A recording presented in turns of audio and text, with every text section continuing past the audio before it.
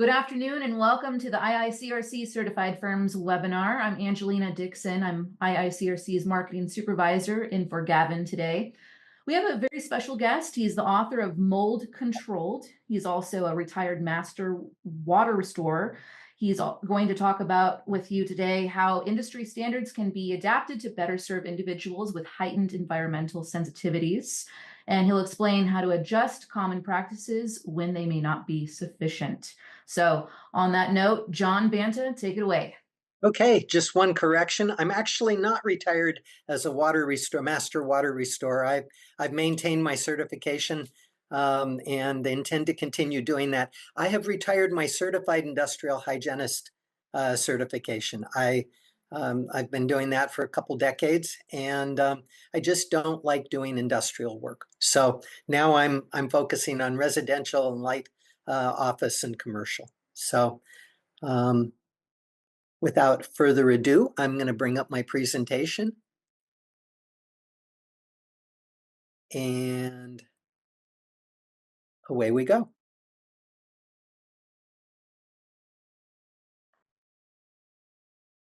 Before becoming an indoor environmental professional, I began my career at UC Davis, where I worked as a medical research technician.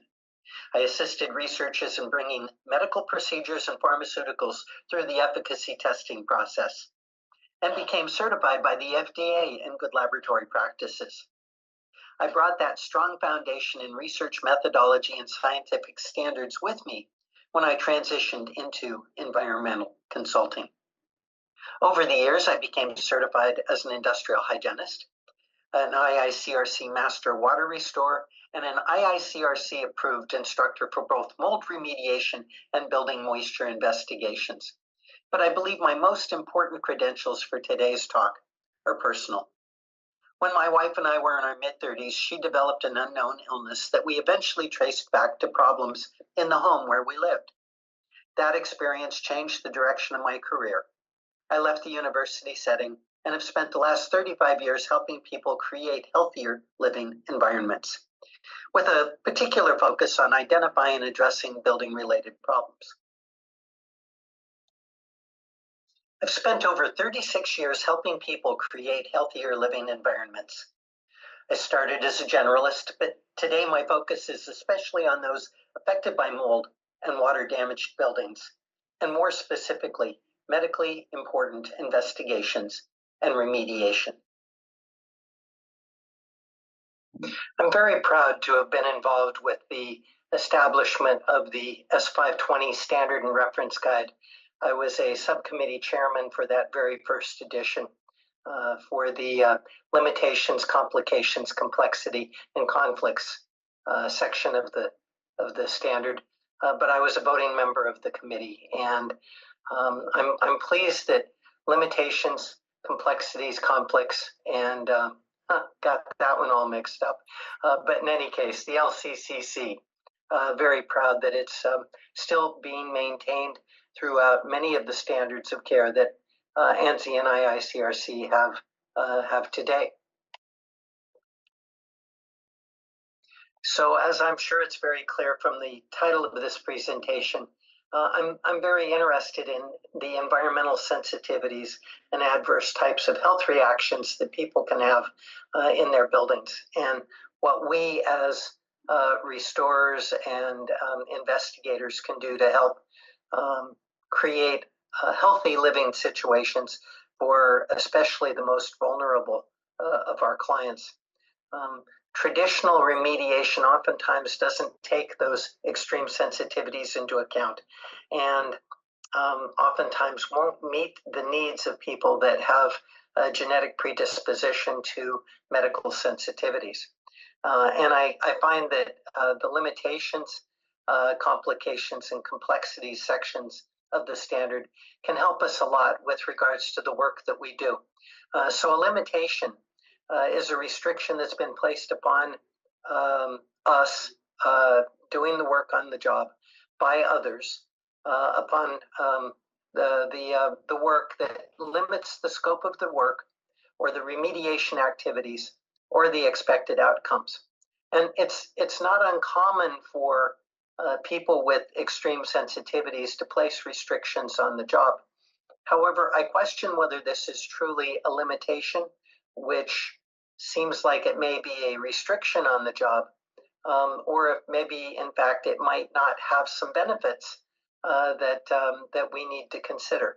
But anyway, before beginning any non-emergency type of work, known or anticipated limitations and their consequences need to be understood, discussed, and approved in writing between the remediator and the owner of the project. And again, I'm not sure that we always need to be looking at this as actually a limitation. I actually prefer thinking of many of these conditions that are placed on our work by the medical needs of the client as complexities.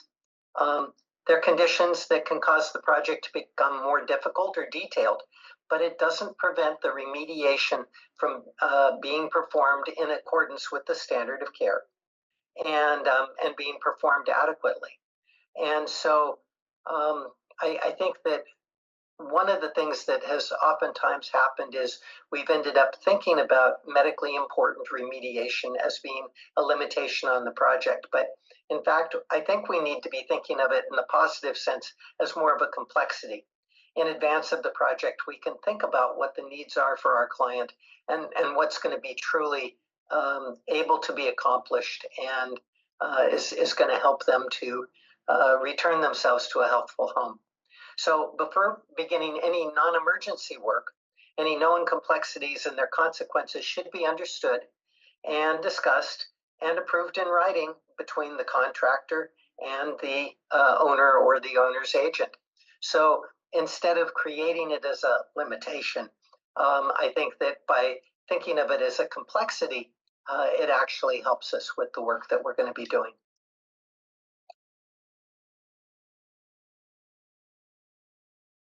So MIR stands for medically important remediation. And this is a health first remediation philosophy. We've been doing this for a long time with RestCon Environmental and focusing on what people with medical problems and medical sensitivities need. So I like to think of it as an extension of the work that needs to be done. And I'm going to talk more about this in a minute. But basically, one of the two major factors of this is that we want to always focus on physical removal and downplay the idea of treatment.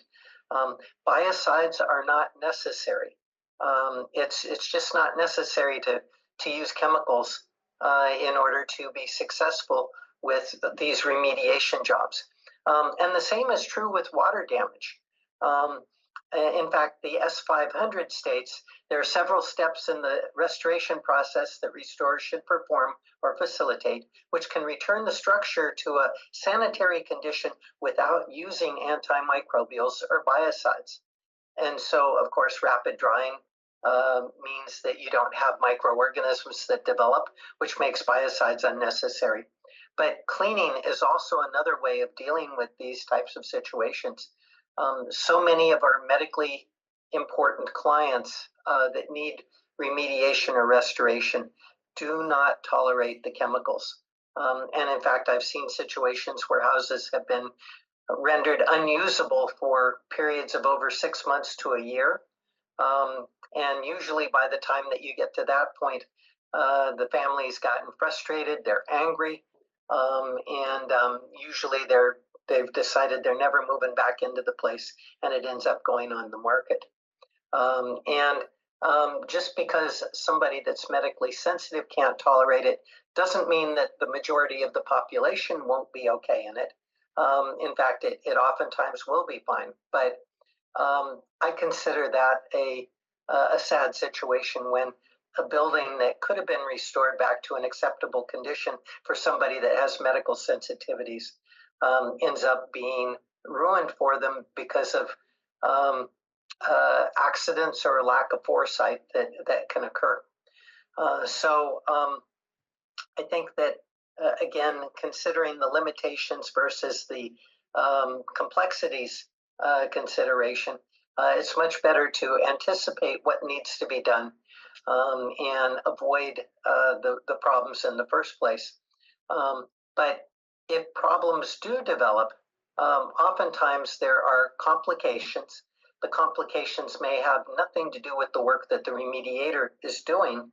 It just may be the circumstances. You open up a wall cavity because you see a small area of growth that's likely, or you perceive that a small area of growth is likely to be present there. And the next thing you know, it's much larger and the scope of work needs to be expanded. Well, that would be a complication.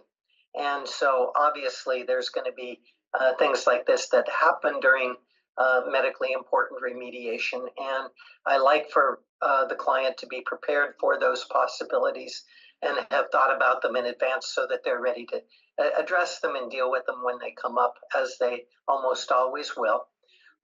But what this does is it turns the complication into an anticipated action or activity that needs to be worked through.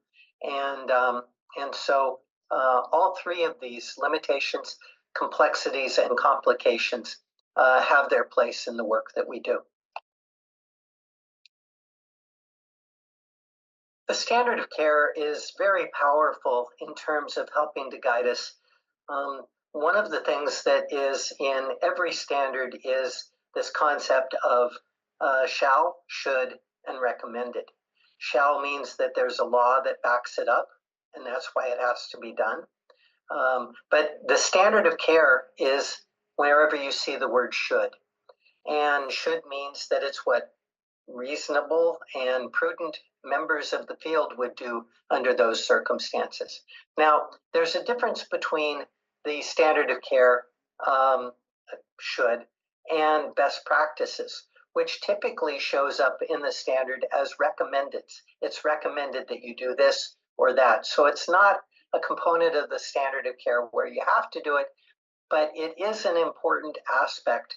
And when it comes to medically important remediation, best practices oftentimes are what's absolutely necessary. And so although it's not required by the standard of care to do best practices, wherever you can, it becomes a good thing.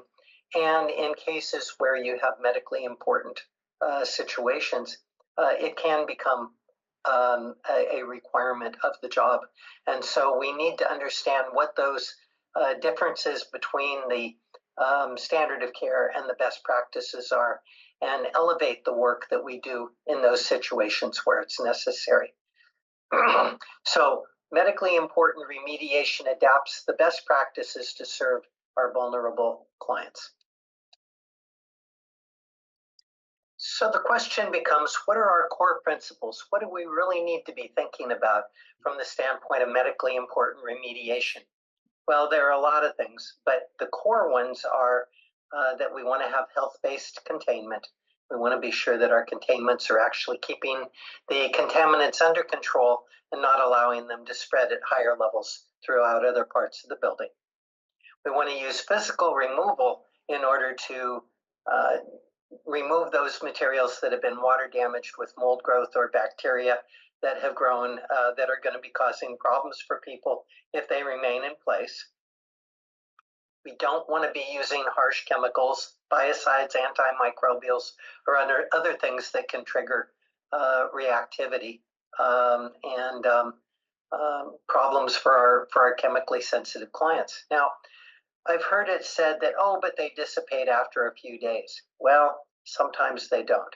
And there's nobody better capable of making those types of determinations than the patient or their physician. And so an interaction between these parties is oftentimes very helpful in terms of understanding the special needs of the remediation that needs to be done. Small particle cleaning and fine particle cleaning are both important aspects of getting the building returned back to an acceptable condition. And so when you have a high level of contaminants in an environment that's not related to actual growth, but it's conditioned to its spread of spores, as we clean we bring those levels down.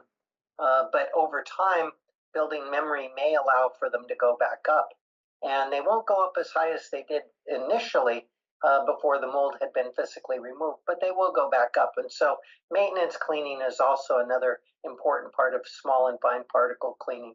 It's repeated, bringing it down to an acceptable level, and then it'll creep back up a little bit, and bringing it down, and it'll creep back up, but not as near as far as it did before. And this is an iterative process that sometimes they'll want you as the restorer to be involved with.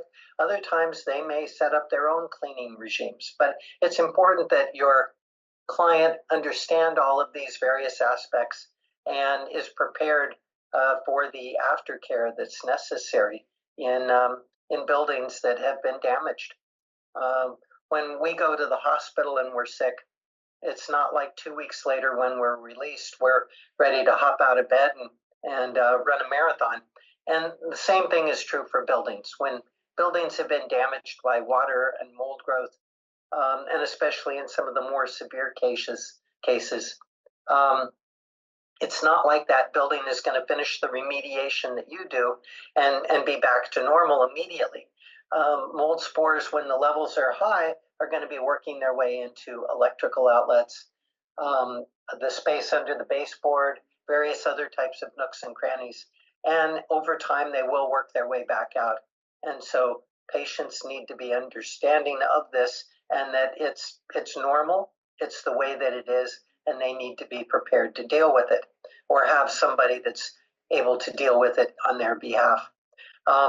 This is a collaborative consent type of process, and we can use tools for monitoring to help us along with it, but a lot of the problems that we see in these types of jobs isn't because of the techniques or the materials that are used or the monitoring that gets done.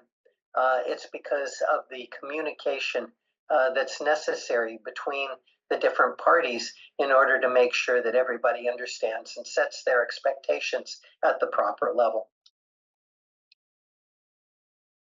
So once we've come to grips with the idea that the traditional methods that our companies often follow may fail or be inadequate for highly sensitive individuals, it's important to consider what we do need to do and what the issues are. Our clients are oftentimes genetically predisposed to having multiple chemical sensitivities that may make the plastic that you're using unacceptable because of a rancid odor from the oils that they've been treated with. That makes untreated plastics the preferred. And knowing where there potentially going to be these issues and where the suppliers are is all an important part of learning what we need to do to help our clients. The importance of careful oversight and detailed management can make a great deal of difference. It's easy for people to fall into habits of doing things a certain way.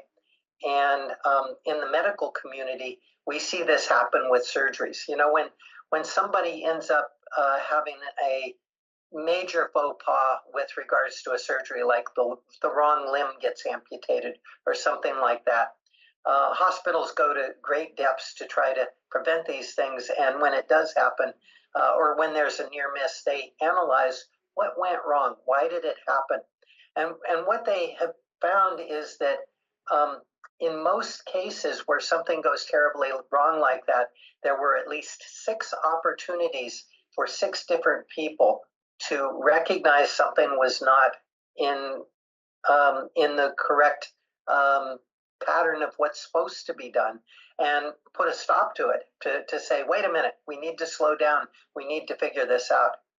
I think that this same type of attitude should probably apply to the jobs that we do with medically important situations, that every single person that's involved on the job should have the ability to say, wait, we need to slow down, we need to figure out what's going on this job. This is my concern. And not belittle them or demean them for taking those extra, few moments to consider, make sure that it really is on board and that everything's the way that it's supposed to be. So the The broader change requires recognition of the mainstream situations that are presented by medicine versus the specialized situations that we need to treat a little bit differently. So let's first talk about overcoming the myths that undermine remediation. Visible mold oftentimes is overemphasized. We need to realize that the invisible contamination can be just as important or sometimes even more important, and we don't dare underestimate it. In order to have visible mold growth, you've got to have about 1 million to 10 million colony forming units compacted into a square inch. That's what we're able to see. But subvisible levels of 100,000 or 10,000 or even 1,000 per square inch for sensitive people can be more than what they're going to be able to tolerate. And so just because we don't see it doesn't mean it's there. Also, microscopic contamination can cause serious harm without there being obvious growth actually present. And so, I see times when companies go in to perform remediation after a very thorough investigation has set a scope, and they open up the wall cavity and they don't find anything, and then they tell the homeowner or the client, well, there was nothing there. Well, you don't know that there was nothing there. You know that you didn't see it, but that doesn't mean it wasn't there. And so if there's going to be a concern about whether it really was or wasn't there, then you need to stop and not start cleaning those areas. Let there be time for testing to take place in order to actually determine, is there contaminants there or not? In most cases, we have enough evidence before we start these jobs, at least the ones that I get involved with, that we know that there's something there. And so just because you don't see it doesn't mean that it doesn't need the attention. Also, dead, dormant mold can still be very important. It doesn't have to be actively growing. We refer to actively growing mold as being viable, but the dead spores, the dormant particles and spores, and the viable ones all can have various types of adverse health complications for medically sensitive people. The metabolites oftentimes are referred to as biotoxins or mycotoxins, and they continue to cause health problems for people when they don't get cleaned up, even though you don't have anything that's visible.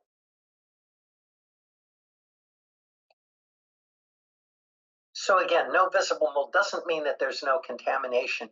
It means that it may be at a subvisible level that you're not going to be able to determine as a part of the work that you do. So we need to pay attention to taking care of the subvisible organisms as well as the visible organisms. Remediators can oftentimes miss hidden problems behind walls and other materials, not because they didn't follow the scope of work, but because these things are not always visible. And again, we have various methods that we can employ as environmental consultants to help identify where those situations might be. And some of these methods, like pathways testing, may in fact be something that could be helpful to your company as a quality control measure that helps you to understand when in fact you have gotten surfaces clean. So many attempts to solve problems with chemicals and not actual removal leave these organisms behind, and we're able to detect the residues using very inexpensive peptide bond and protein methods for making those determinations. So these are things that, again, we don't have time to go into today, but it's worth being aware of it and considering it. So quality control and oversight are essential. There are some things that probably should be done by an independent third party, but there are other types of oversight that can be done throughout your work process that will help to identify and address these various types of conditions that might come up at the end of the job and become problematic. So, when you're going about doing your work, you're not just looking for visible mold, but for some of the more subtle types of signs, um, rusty nail heads, maybe very faint water staining. These are things that once you've been doing this for a while, they'll start to pop out at you so that it becomes apparent. And I'm sure that many of you see these things on a regular basis.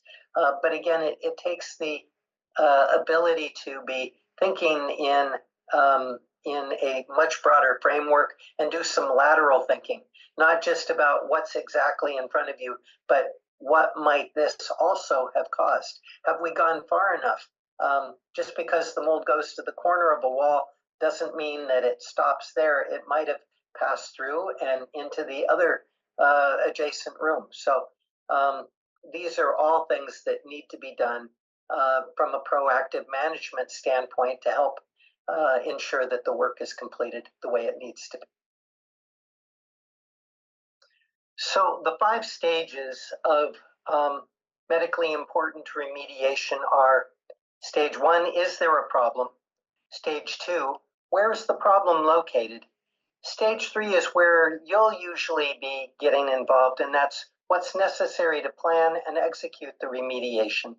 Sometimes I like bringing the remediator in earlier in the process so that they can be more intimately involved with helping to set things up. I think it gives the client a greater degree of confidence and understanding with the process. But stage 4, how does the ongoing monitoring and quality control play a role? Stage 5 is, why is the reconstruction and maintenance important for long-term success?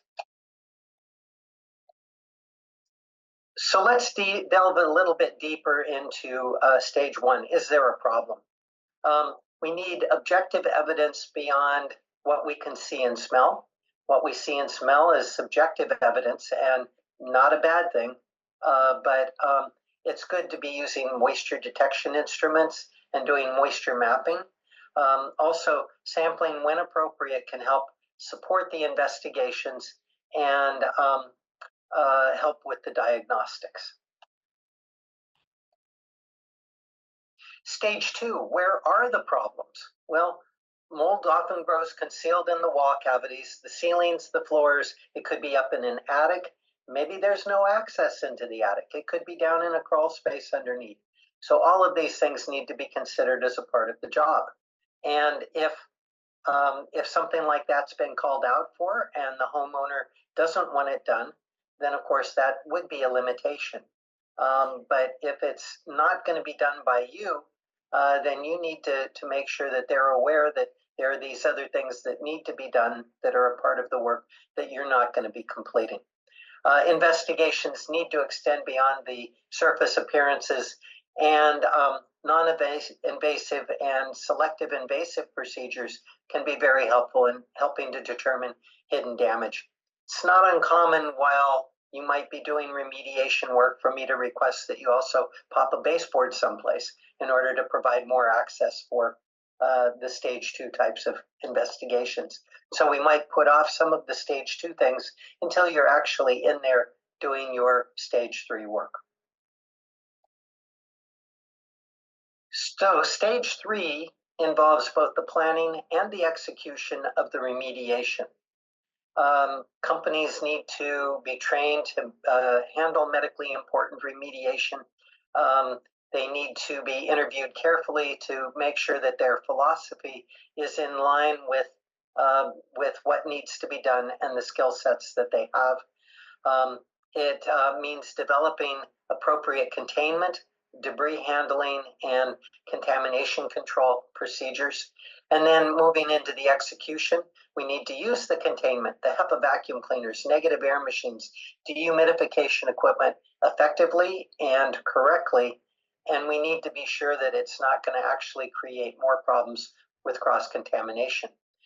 We need to do physical removal of the contaminants, not try coating it with encapsulants or paints and hiding it. We need the procedures to be non-toxic and healthful, not merely safe from an OSHA definition, which means free of conditions likely to cause death or serious physical injury, but actually patient safe. And I use the term healthful to describe those conditions. We always want to prioritize occupant health and their ability to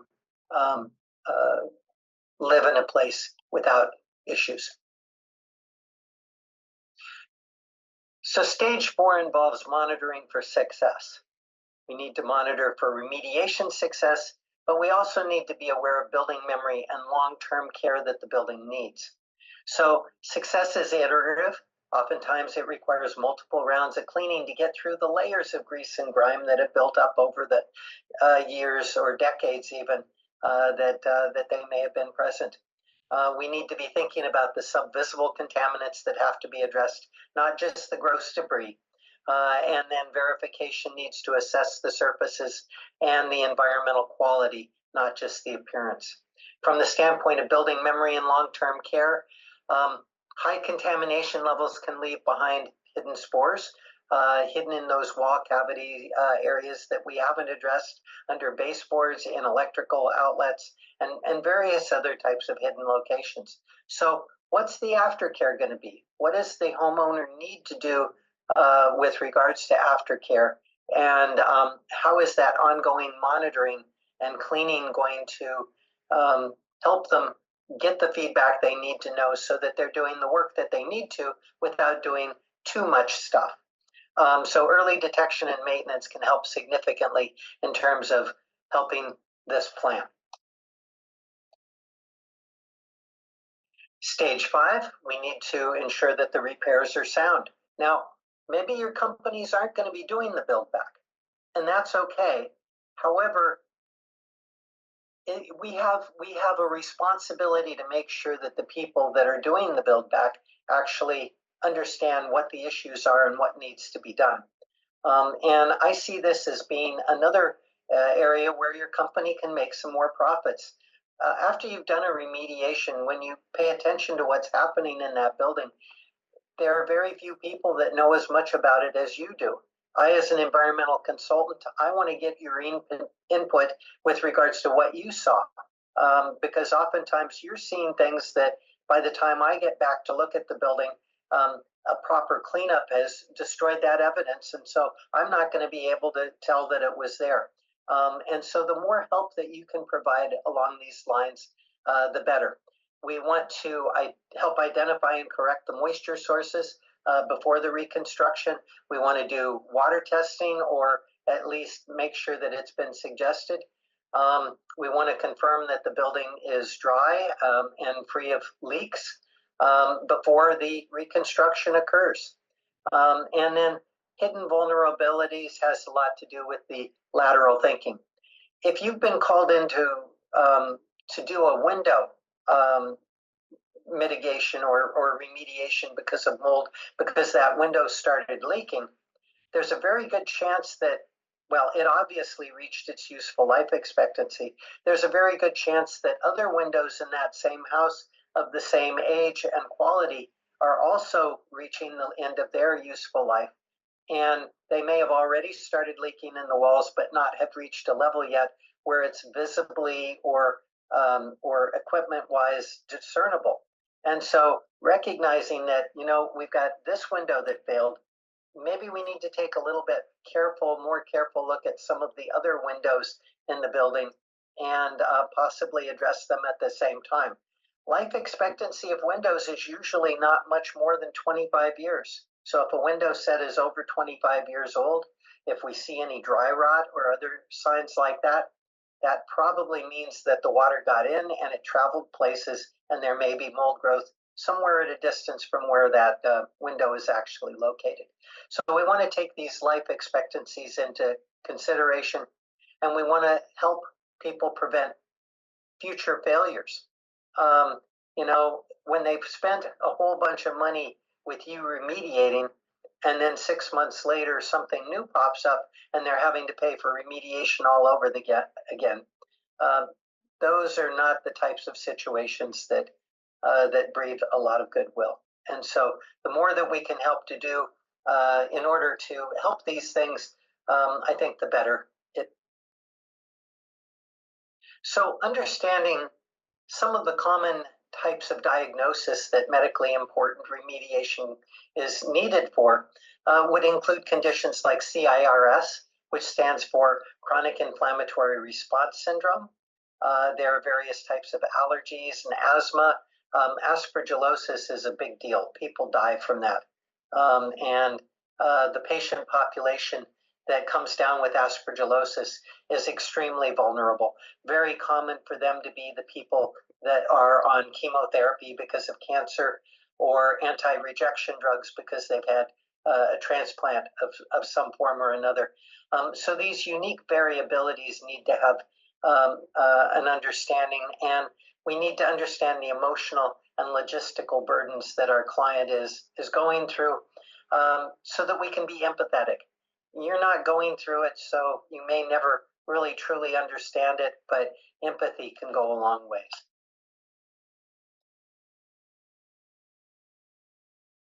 We want to develop an ethic and a communication style that's going to be consistent and transparent. We don't want to gaslight our clients. These are very intelligent people. They may be suffering from brain fog or other conditions that their clarity isn't there. But when we're successful, they're extremely grateful. And I have people calling me back years after I worked with them, and new jobs come up. Not only that, but when they're happy with what you've done, it's a small community. These people know other people that are suffering from the same conditions, and they're going to be happy to refer you and bring you more business that way. So it needs to be a holistic collaboration. So there are many other things that we just simply don't have time to go through. Small cleaning, small particle cleaning, fine particle cleaning. I really like using disposable electrostatic microfiber type cloths. I don't like using the reusable ones because they're very difficult to get clean. And we don't have time to go into all these details, but there is this information available to you.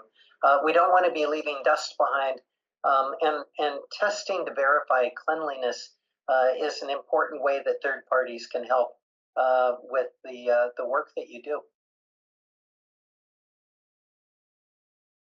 Some of the other things that a medically important remediator understands is the difference between S500 and S520 terms and medically important remediation terms. Conditions 1, 2, and 3 are very important and are used as a part of the medically important thresholds, but there may be a little bit more to it than just what is commonly being considered. Restorative drying versus safe drying. Just because you can dry a building down doesn't mean that there may not be a cross-contamination that's left behind afterwards. And so, again, being prepared to deal with this. Using medically important remediation to fill those health-informed gaps can really go a long ways towards helping the clients. You deserve to get paid for the work that you do, and the work is more detailed.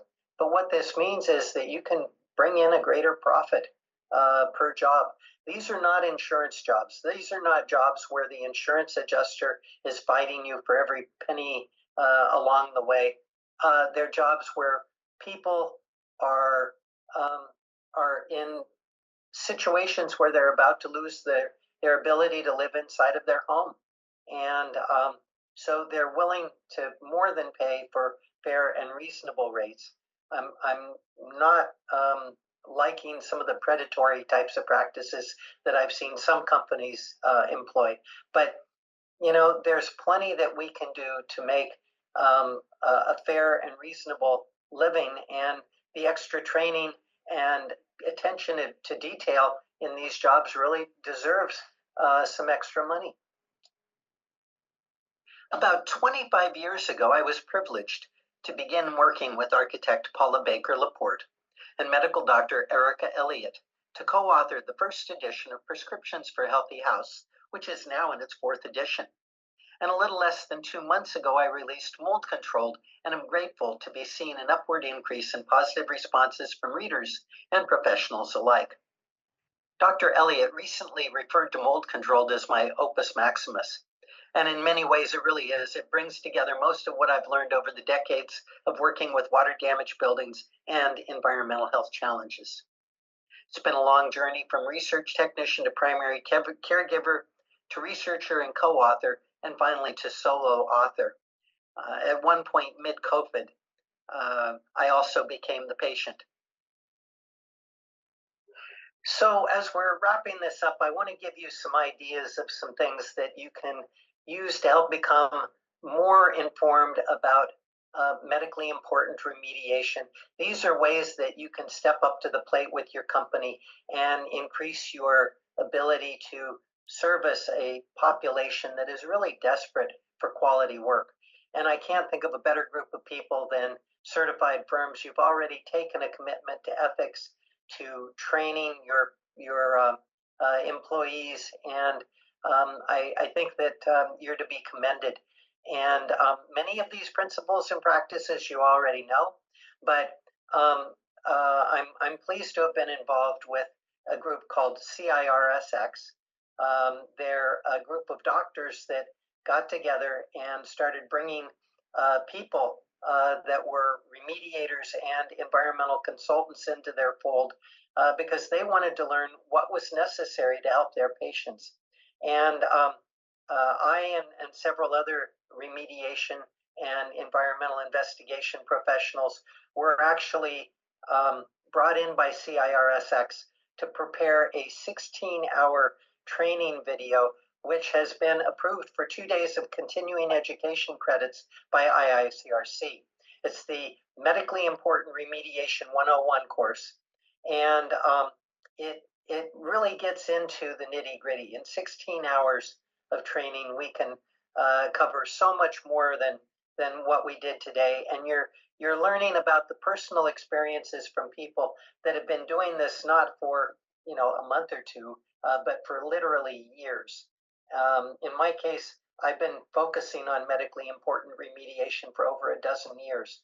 I've been doing water damage and mold for 25 years, but really focusing on the medical aspects. And I've got a short video here that I want to share with you. Welcome to a pivotal training experience that goes beyond ordinary mold remediation. This is about transforming environments for those who need it most. This course will delve into specialized remediation techniques designed not just to clear spaces, but to restore health and hope to individuals battling microbial exposures related to water damaged buildings. Hi, my name is Bill Weber. My name is Cindy Edwards. Hey, my name is Dr. Eric Dorninger. This is Greg Weatherman. Hi, I'm Jenny Johnson. My name's John Banta. My name is Michael Schranz.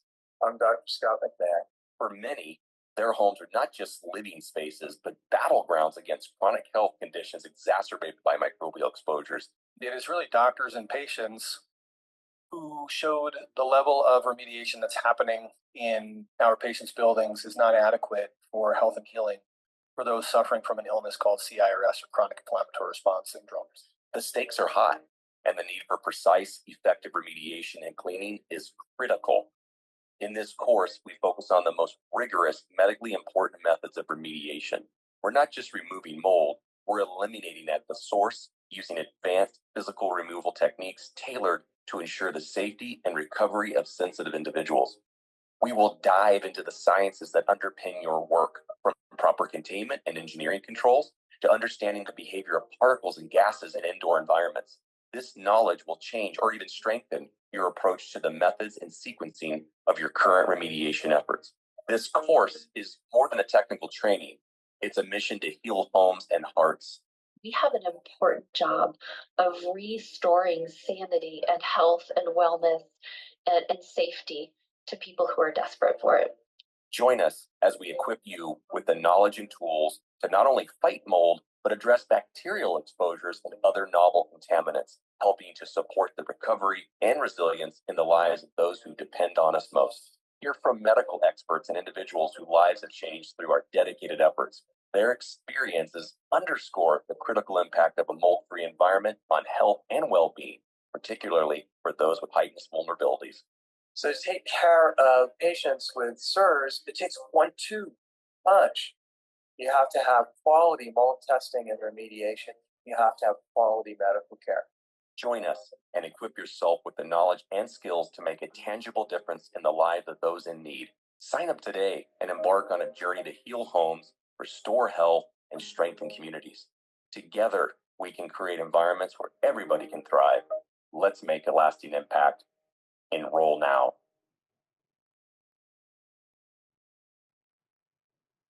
So if this is something that has your interest, you can access the medically important remediation course by following this link. I'm going to be posting it in the chat box so that you can copy it if you like. But I also wanted to tell you that CIRSX is having their next annual conference in Tempe, Arizona, the week of June 5th.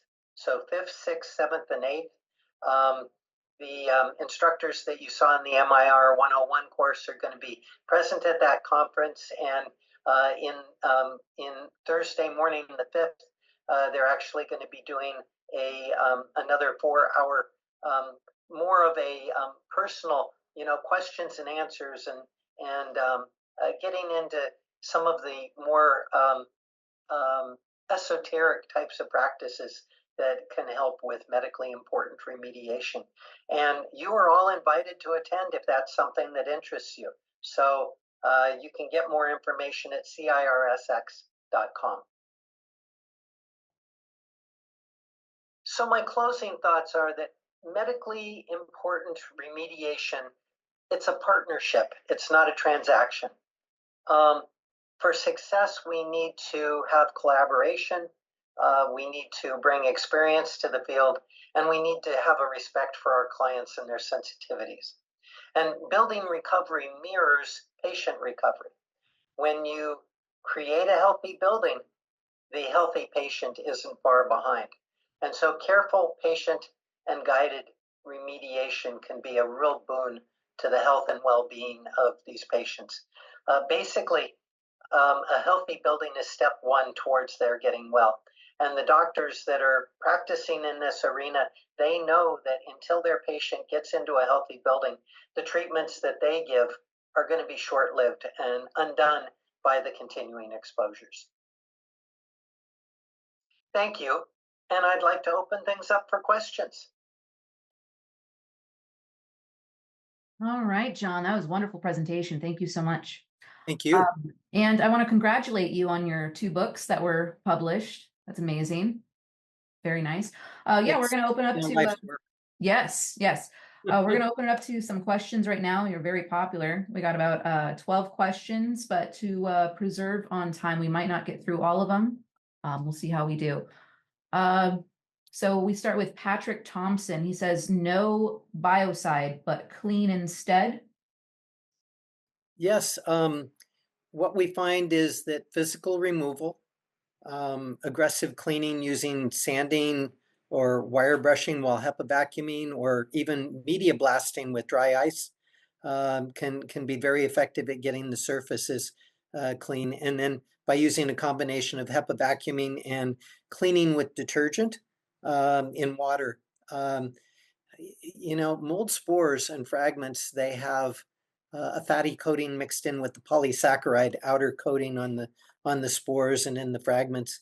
And mycotoxins, they're either going to be water soluble or fat soluble. So, there's so on the internet, there's so much information telling people, clean it up with vinegar. Well, everybody knows the saying, vinegar and oil don't mix. They just don't. And so you can't clean mold up with vinegar. You have to use a detergent. You have to use a surfactant or a soap. And these are the things that actually get those spores off the surfaces. And then using microfibers, we have learned so much from the clean room industry about how to go about actually getting things clean. And, the goal in a clean room industry isn't to kill stuff. It's to not have the particles there that are going to bugger up the the manufacturing process. And so we've been able to take the research that they've done. They've spent millions of dollars on researching what works, what doesn't work. And we've been able to figure that out and apply it to our clients. But yeah, so many of the different biocides and antimicrobials and encapsulant sealants and other things like that have downsides. They have unintended consequences, and it's extremely rare that they become necessary. And in a medically important situation, it oftentimes ends up creating more problems than it solves. And so the MIR 101 course, the people that were involved with putting that together have been doing biocide-free remediation for most of us close to a decade. I think you answered his next question. So Dawn detergent would be acceptable. And what about OxyClean? So Dawn detergent, yes and no. It has to be the Dawn free and clear. And even some sensitive people have a problem with that. The fragrance Dawn, the blue stuff, so they've advertised it for a long time about how they use it for cleaning up ducklings and other animals that have been coated with oil. What they haven't really put out there very widely is that a lot of the mothers would attack their infants and kill them.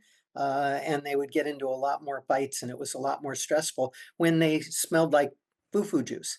And so Dawn came up with a free and clear formula, and that really seems to be making a difference in terms of wildlife. So yeah, I'm fine with Dawn free and clear, but my absolute favorite is a product called Branch Basics.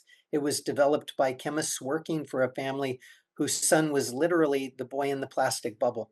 I met them over 30 years ago when he was 6 years old. And today he's 36-ish and very healthy and doing quite well.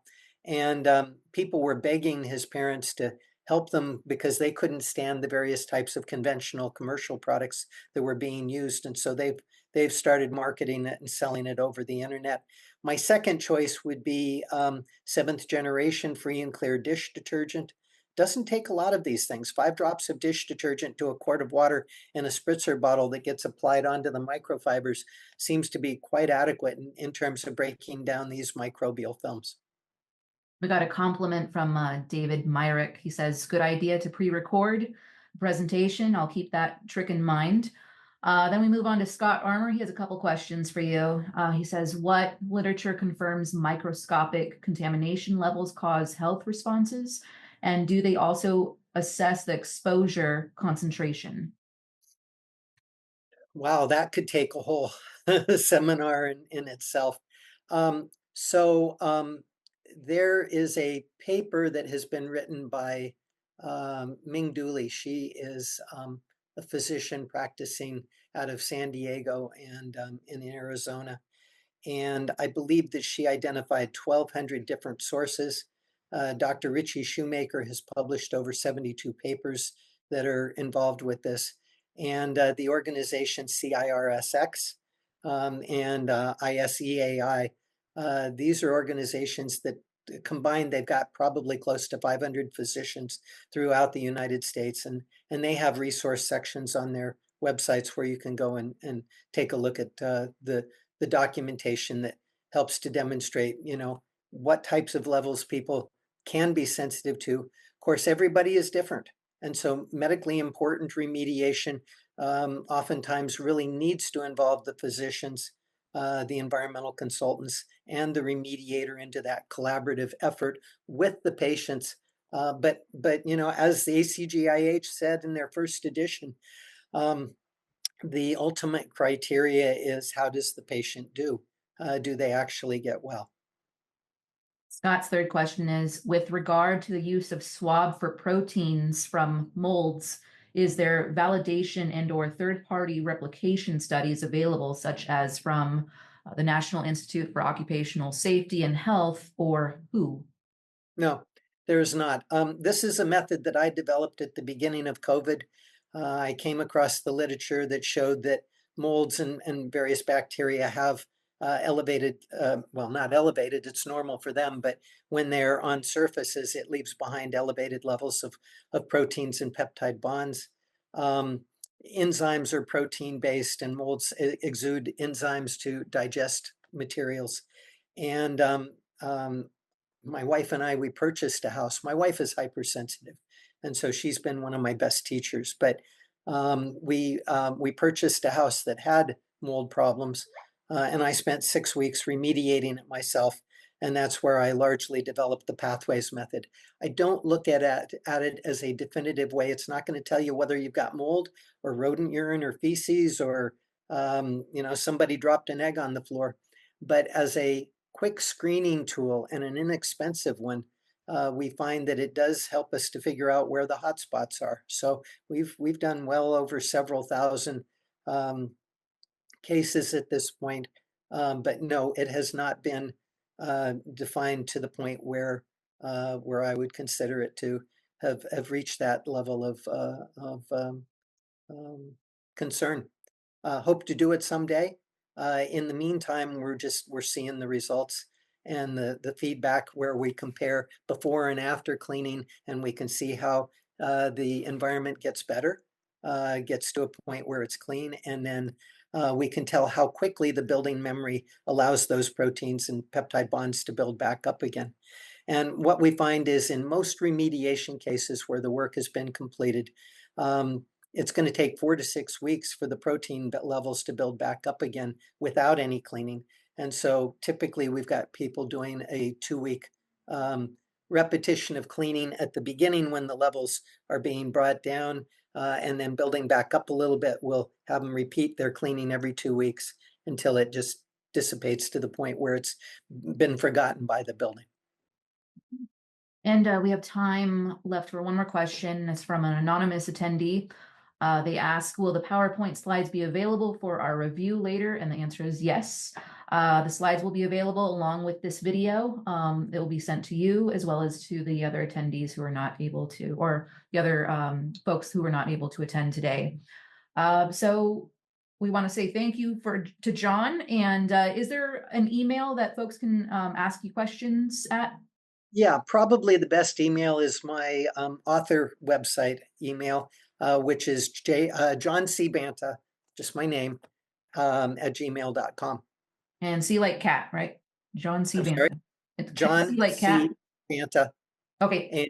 And yeah, and if you're interested in mold control, you can get it at just about any bookstore that's out there at this point. If they don't have it, they can order it, or you can go to johncbanta.com, and we've got it listed there.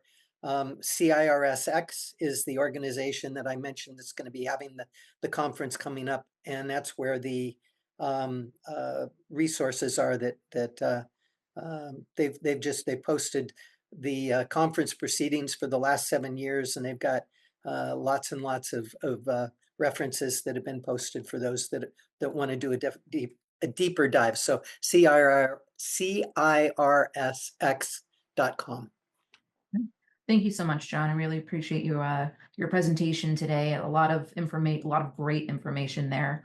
A lot of brains are lighting up with questions. I'm sure they're going to be emailing you. And stay tuned for our next webinar next month. We have a webinar with our certified firms every third Thursday of the month. So stay tuned until then. Thank you so much and have a wonderful day. Bye, guys. Thank you. Bye-bye, everybody.